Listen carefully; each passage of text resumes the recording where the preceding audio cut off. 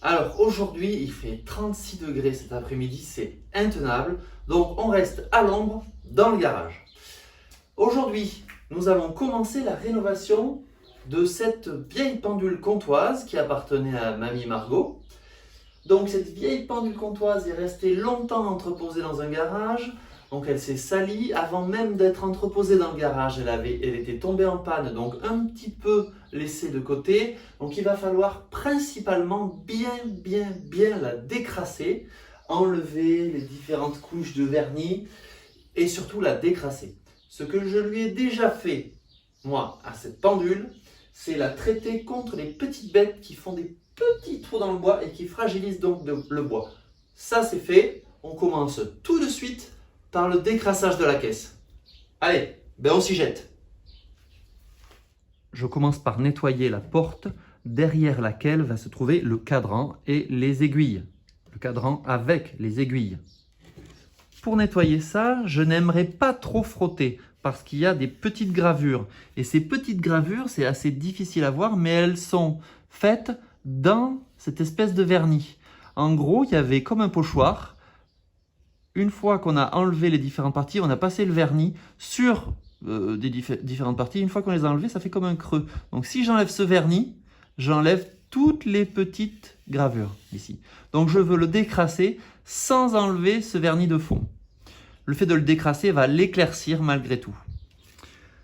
Pour faire ceci, je vais utiliser ça.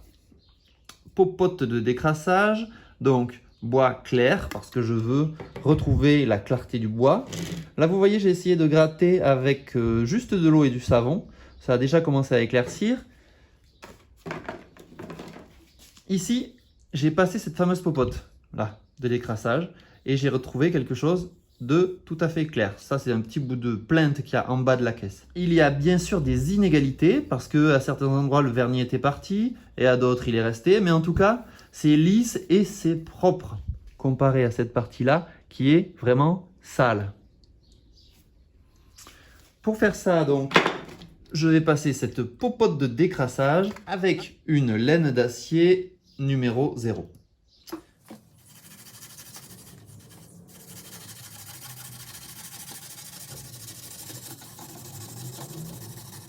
Donc voilà, après le décrassage et un coup de torchon pour enlever le surplus de produit, voilà ce qu'on obtient.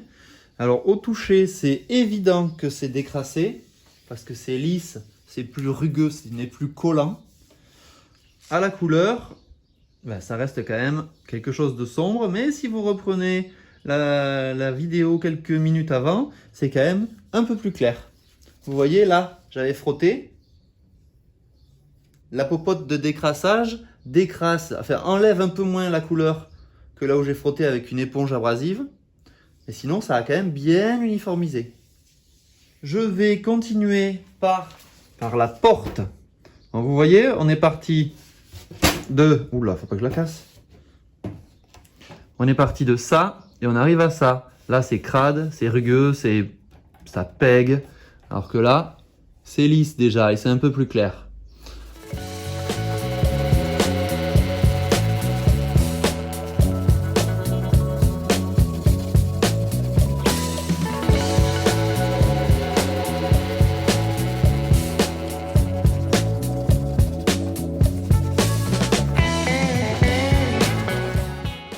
Là, sans le reflet, on voit bien que ça s'est éclairci comparé à l'autre partie là, où c'est terne et sombre.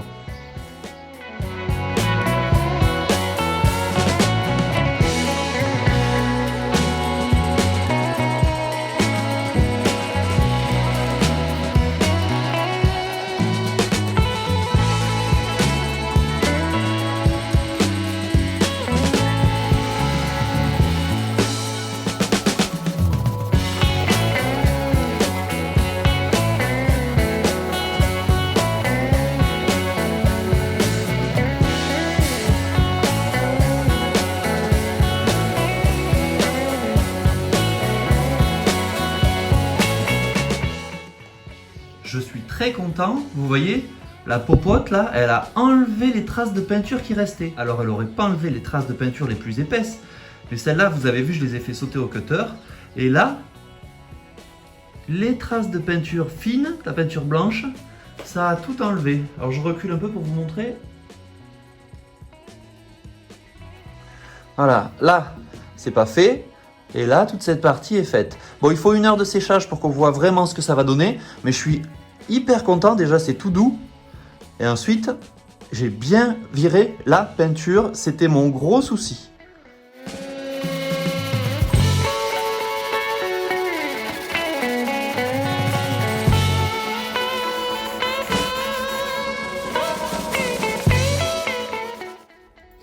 On ne voyait pas les bleus, on ne voyait pas les verts. Et là, on voit même du rouge. Donc tout est vachement bien revenu.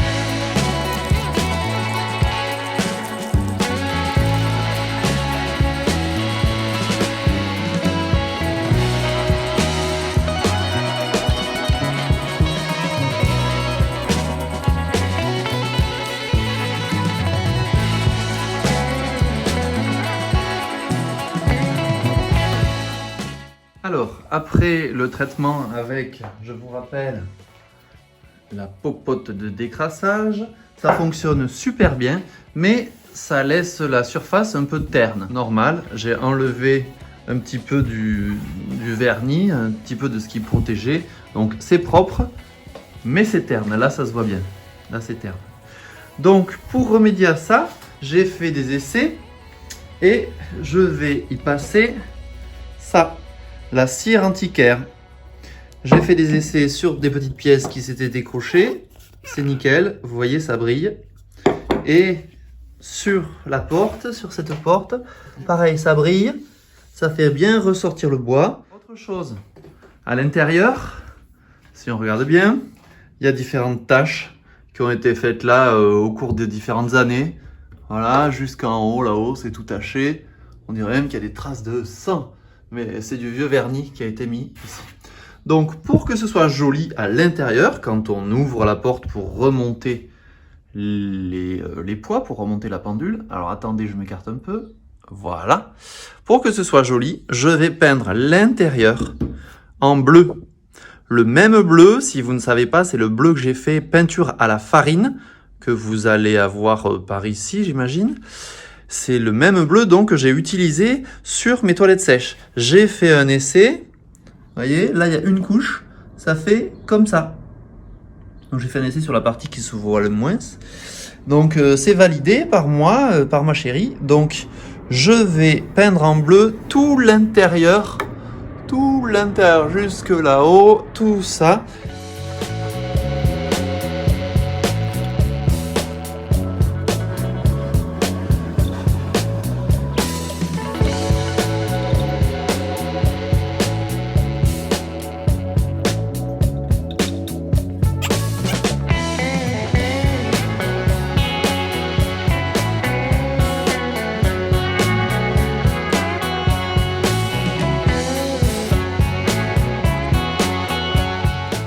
On va passer à l'extérieur. La cire antiquaire, c'est une pendule qui est destinée à être à l'intérieur. Donc la cire antiquaire, c'est très bien. Incolore, c'est pas la peine de foncer plus cette pendule qui est déjà bien foncée.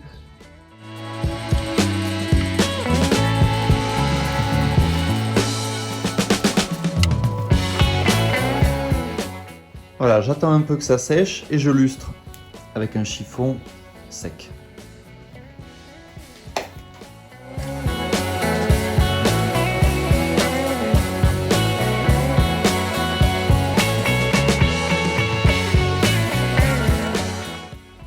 Bon, j'espère que le lustrage va se voir parce que là, les fleurs, avant le décrassage, on voyait pas la couleur bleue ici, ni la couleur rouge ici. Là, le petit bordeaux là sur le bord, on ne le voyait pas.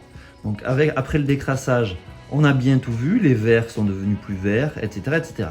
Mais j'espère bien qu'après lustrage, ce sera encore mieux. Donc j'espère qu'on va le voir et on va le voir ensemble.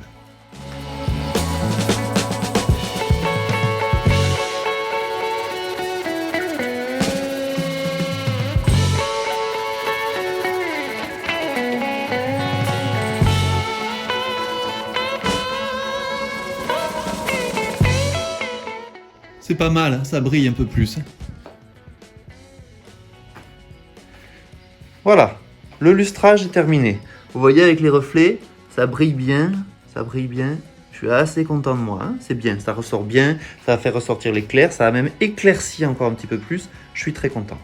Donc avant de pouvoir remettre la caisse, là, la caisse dans le salon et la sortir du garage pour qu'elle évite de s'empoussiérer, je vous parle pas de faire fonctionner la pendule, hein, mais juste la caisse dans le salon, il me manque 3 choses. Première chose, si vous voyez, le verre, le carreau est immonde.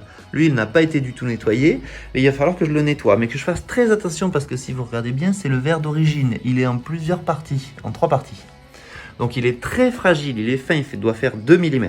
Donc nettoyer, mais attention. De ce côté, vous voyez le problème. Le verre, lui, il s'est cassé. Il va falloir que j'en remette un autre. Et le plus chiant, ça va se passer ici. Vous voyez, là, la caisse, je l'ai mise d'aplomb. Et en la mettant d'aplomb, si on va par terre, on voit que là, le pied, il a été un peu rongé. Et il ne touche pas par terre, je peux mettre le doigt. L'autre pied, je me roule par terre. L'autre pied, lui, il est bien carré et ben, je passe un doigt en dessous. C'est pas pour rien. À l'époque, dans les maisons un peu gondolées, qui avaient un sol un peu tordu, il fallait éviter que cette caisse qui fait plus de 2,50 m de haut tombe sur les gens.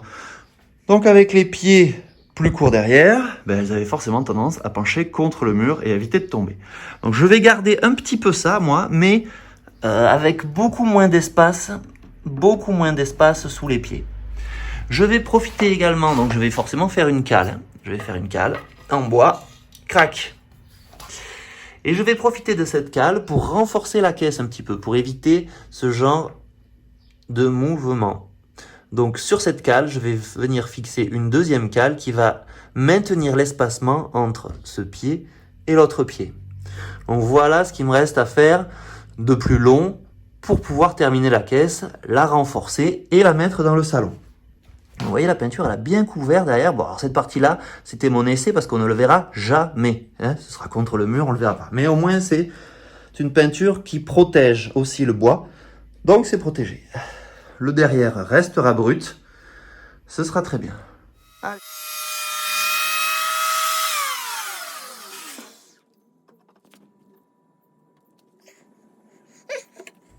J'aurais plus qu'à mettre une cale comme ça pour bloquer l'espacement entre ce pied et ce pied.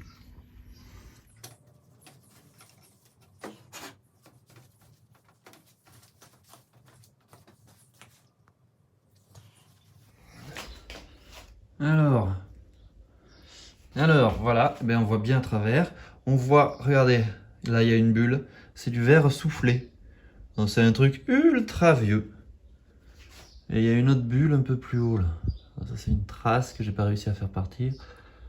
Là, vous la voyez la bulle? Elle est là. Voilà, c'est une bulle. Donc là c'est pas sale. Ce truc qu'on voit au milieu, c'est plié. Il y a une pliure dans le verre. Donc on voit bien que c'est un vieux verre. J'ai réussi à ne pas le casser, mais je l'ai bien rattrapé.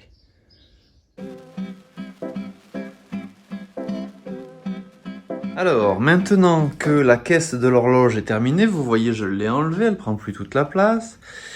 On va passer au mécanisme. J'ai enlevé les 2 petites vis qui tenaient ici et là, 4 petites vis parce qu'il y en a une là aussi et une là, qui tenaient ça. Oh là là, regardez comme c'est beau. Magnifique. Donc, je vais essayer de nettoyer cette partie-là.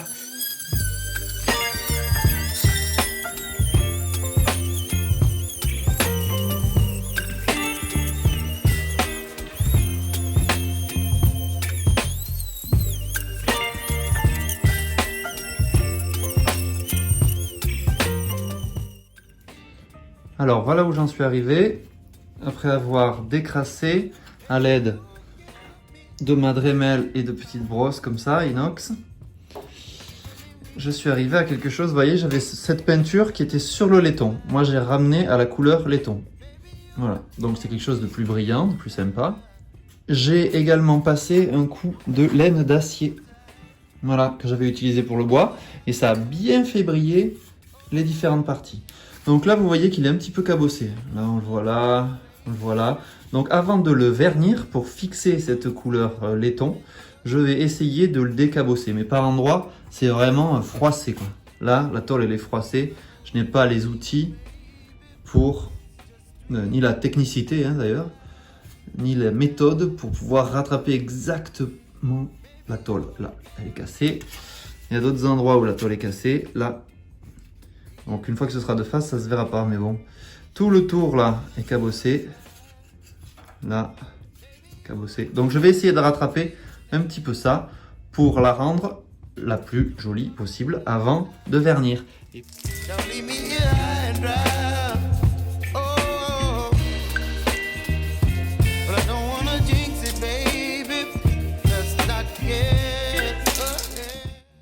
Et voilà, après 3 couches fines, ce que ça donne. Je suis agréablement surpris. Ça fait un effet doré, vieilli. Je suis bien surpris, mais ça me plaît beaucoup. Donc maintenant, je vais laisser sécher ça jusqu'à demain, sans y toucher. Et je vais passer à... Hop, on se décale. Je vais passer... Ce que je vais nettoyer maintenant, c'est ça. Le cadran. Il a reçu des traces de vernis.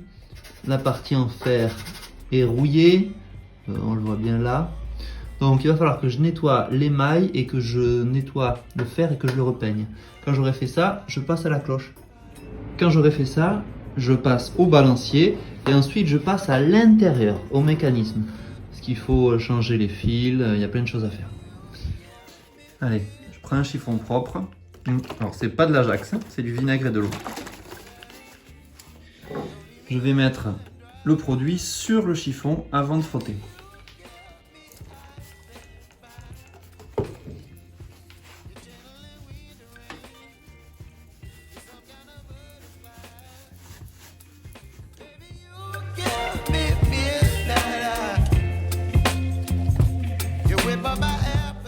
Alors on voit bien la différence, ça brille. Donc j'ai enlevé la crasse. Par contre tout ce marron là qui reste est pareil au milieu, c'est du vernis. Oui, c'est du vernis. On le voit bien là. Donc c'est quand la couronne que j'ai nettoyée tout à l'heure, là, qui est là-bas au fond, là, a été enlevée, ou plutôt quand elle a été peinte, et ben ils se sont pas emmerdés à l'enlever, ils l'ont peint sur place, et donc il reste tout ce vernis. Donc là il va falloir que je gratte. C'est assez costaud l'émail, mais il va falloir que je gratte doucement. Je vais commencer avec un cutter, doucement comme ça. Pareil au milieu. Je viens de trouver une super technique pour faire partir le reste de vernis. Là. Avec la paille de fer, toujours la même paille de fer. Alors c'est du numéro 0. Et ben, ça part vraiment pas mal. Regardez ça.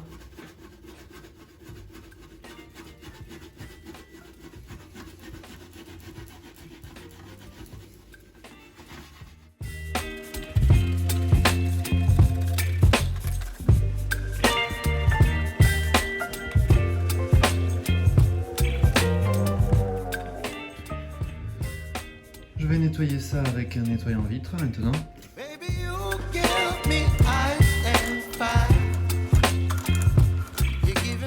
Et on obtient quelque chose de nickel. Il ne reste plus que les fissures, mais là c'est l'émail qui a cassé. Sinon, avec la laine d'acier numéro 0, j'ai eu l'impression de lisser, de reponcer, d'enlever toutes les saletés.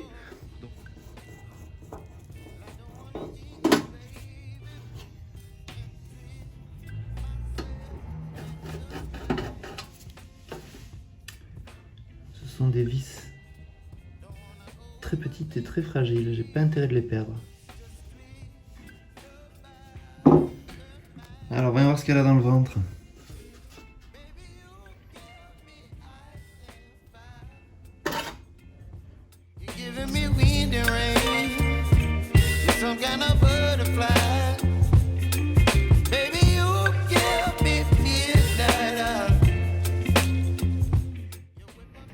Bon, alors on se rapproche un peu pour vous dire que j'ai décrassé l'essentiel des engrenages avec de l'essence C. Je ne vais pas aller plus avant dans le nettoyage parce que le système fonctionne déjà et surtout je ne suis pas horloger. Donc il faudrait que je commence à enlever pièce par pièce pour les nettoyer. Comme le système fonctionne déjà, je vais me contenter de huiler quand même parce que là j'ai tout dégraissé avec l'essence C. Maintenant je vais huiler avec une huile spéciale horlogerie, de l'huile jurassienne que j'ai achetée chez pièceshorlogerie.com. Voilà, donc je vais huiler. Je vais quand même remplacer les cordes parce que là, ce n'est qu'une vulgaire ficelle de bricolage. De ce côté, il n'y en a plus. Et je vais remplacer ça, toujours acheté chez Pièces Horlogerie, par une véritable corde comtoise. C'était d'ailleurs ça qu'il y avait avant parce que j'ai retrouvé ce petit bout de ficelle rouge à l'intérieur de ce cylindre-là.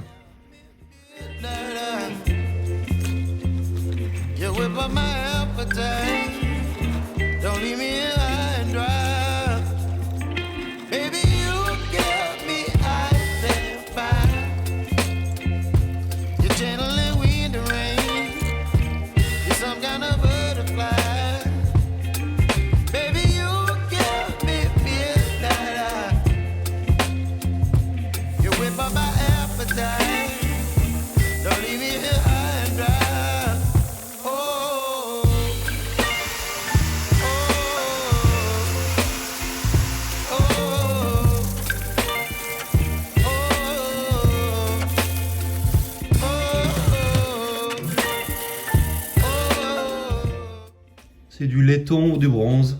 À vous de me dire dans les commentaires ce que c'est pour faire une cloche.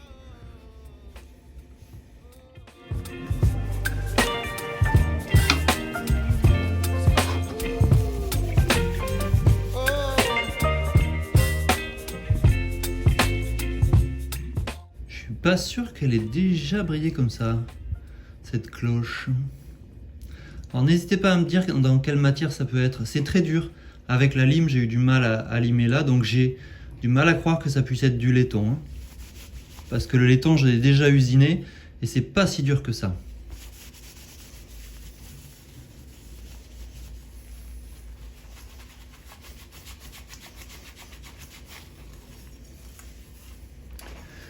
En tout cas, elle a une autre gueule, même si on la verra jamais.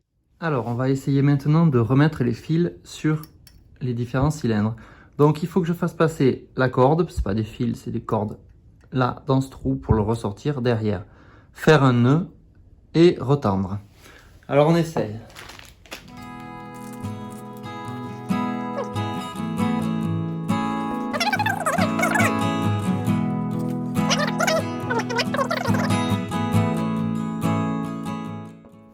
Voilà.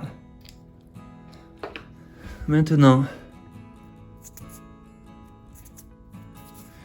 je retire le fil à l'intérieur.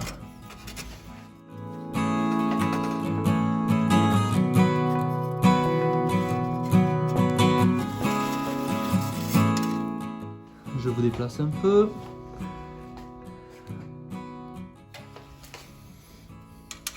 Voilà la rondelle. Vous voyez, ça empêchera le nœud qu'il y aura derrière de rentrer. Et au bout, de ce côté-là, je vais faire un nœud. Et à ce nœud sera accroché le poids.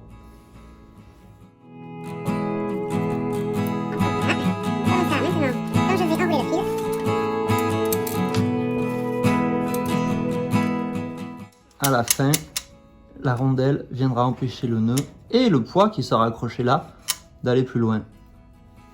J'ai bien remis les deux cordes pour les poids. Je vais pouvoir maintenant remonter le cadran et remonter les aiguilles.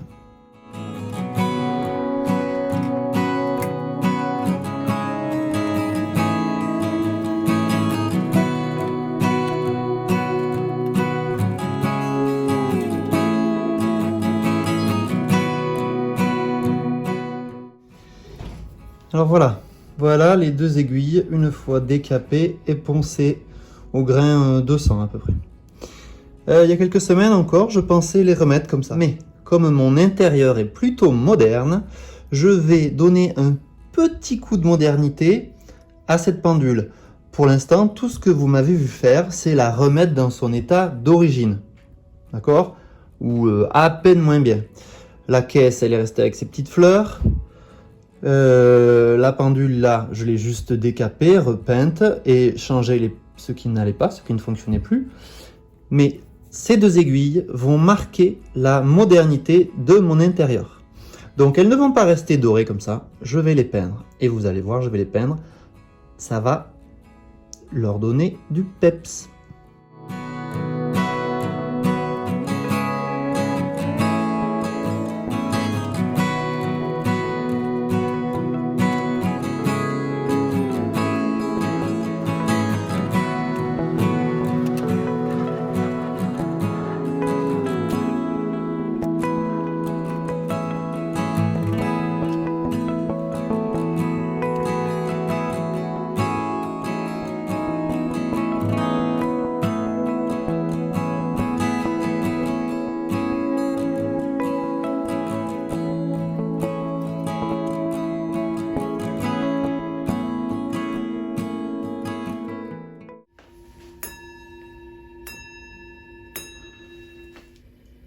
Alors, je vais peindre maintenant les poids de mon horloge.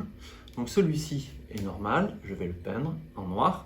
Je vais les peindre tous les deux avec toujours ce même noir, Amerite là. Par contre, vous pouvez voir que le deuxième, j'ai eu un petit souci.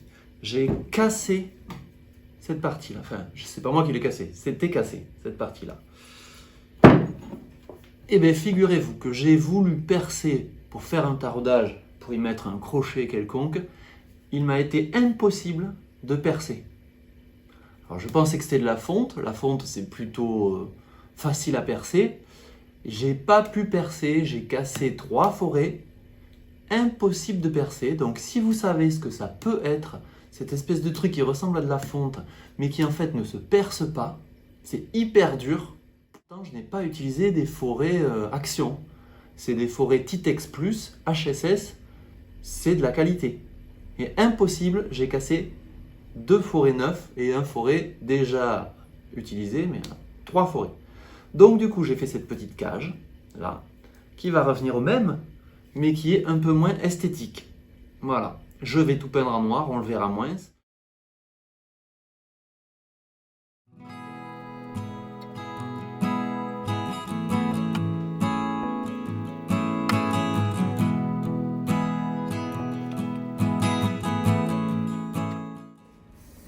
Alors, en attendant que les poids sèchent là-bas, on va s'occuper du dernier élément, c'est-à-dire du balancier.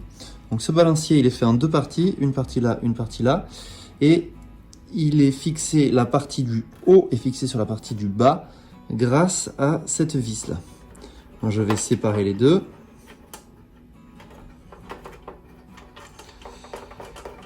Et on verra tout à l'heure, on verra tout à l'heure, pour vous tout à l'heure, que cette vis sert également à faire le réglage de la vitesse de balancement du balancier.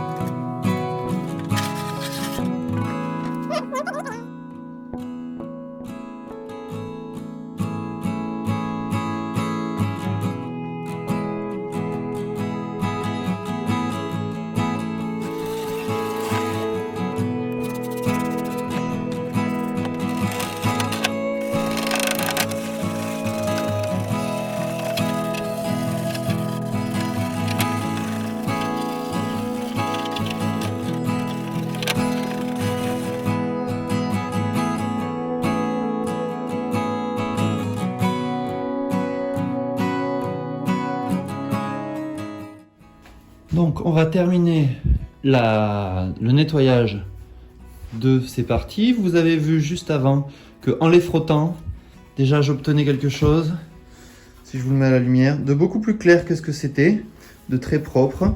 Les chiures de mouches, les traces de gras ont disparu. Donc je vais le garder comme ça, c'est très bien. Je vais maintenant peindre le derrière. Toujours avec la même peinture. Hammerit. Voilà. Direct sur rouille. Là, elle est à peine rouillée, 3 fois rien. Donc je vais peindre directement là-dessus. Et je peindrai aussi d'une couleur bien flashy, juste la pointe là. Je vais vous montrer ça. Juste la pointe, c'est ce qui sert à s'accrocher au mécanisme de la pendule. Voilà. Donc, je vais le peindre d'une couleur flashy, non pas pour faire joli, mais pour le voir correctement une fois que je serai dans la boîte et dans le noir. Voilà.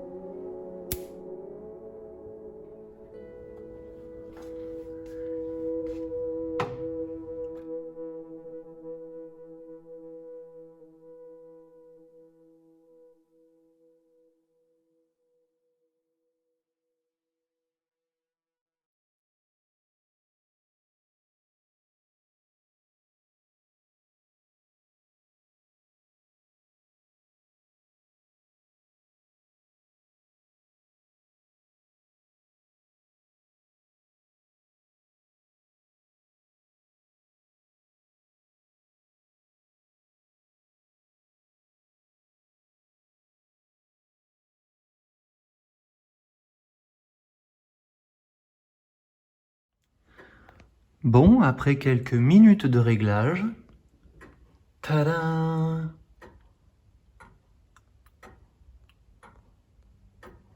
Elle fonctionne parfaitement. Écoutez.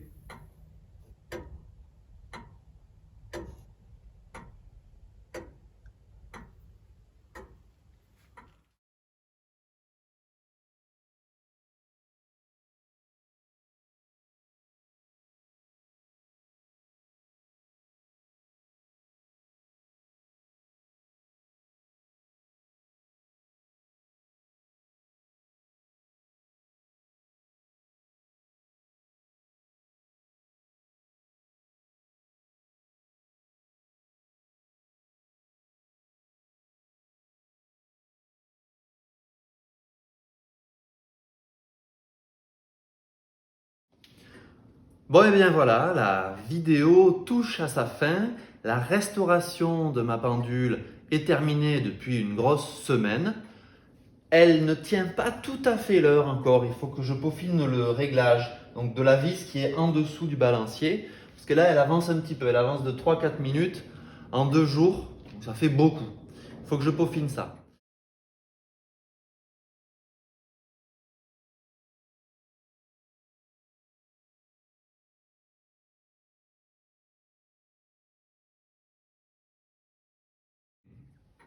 Vous avez pu voir que j'ai peint les aiguilles en orange fluo. Ça rend vraiment bien.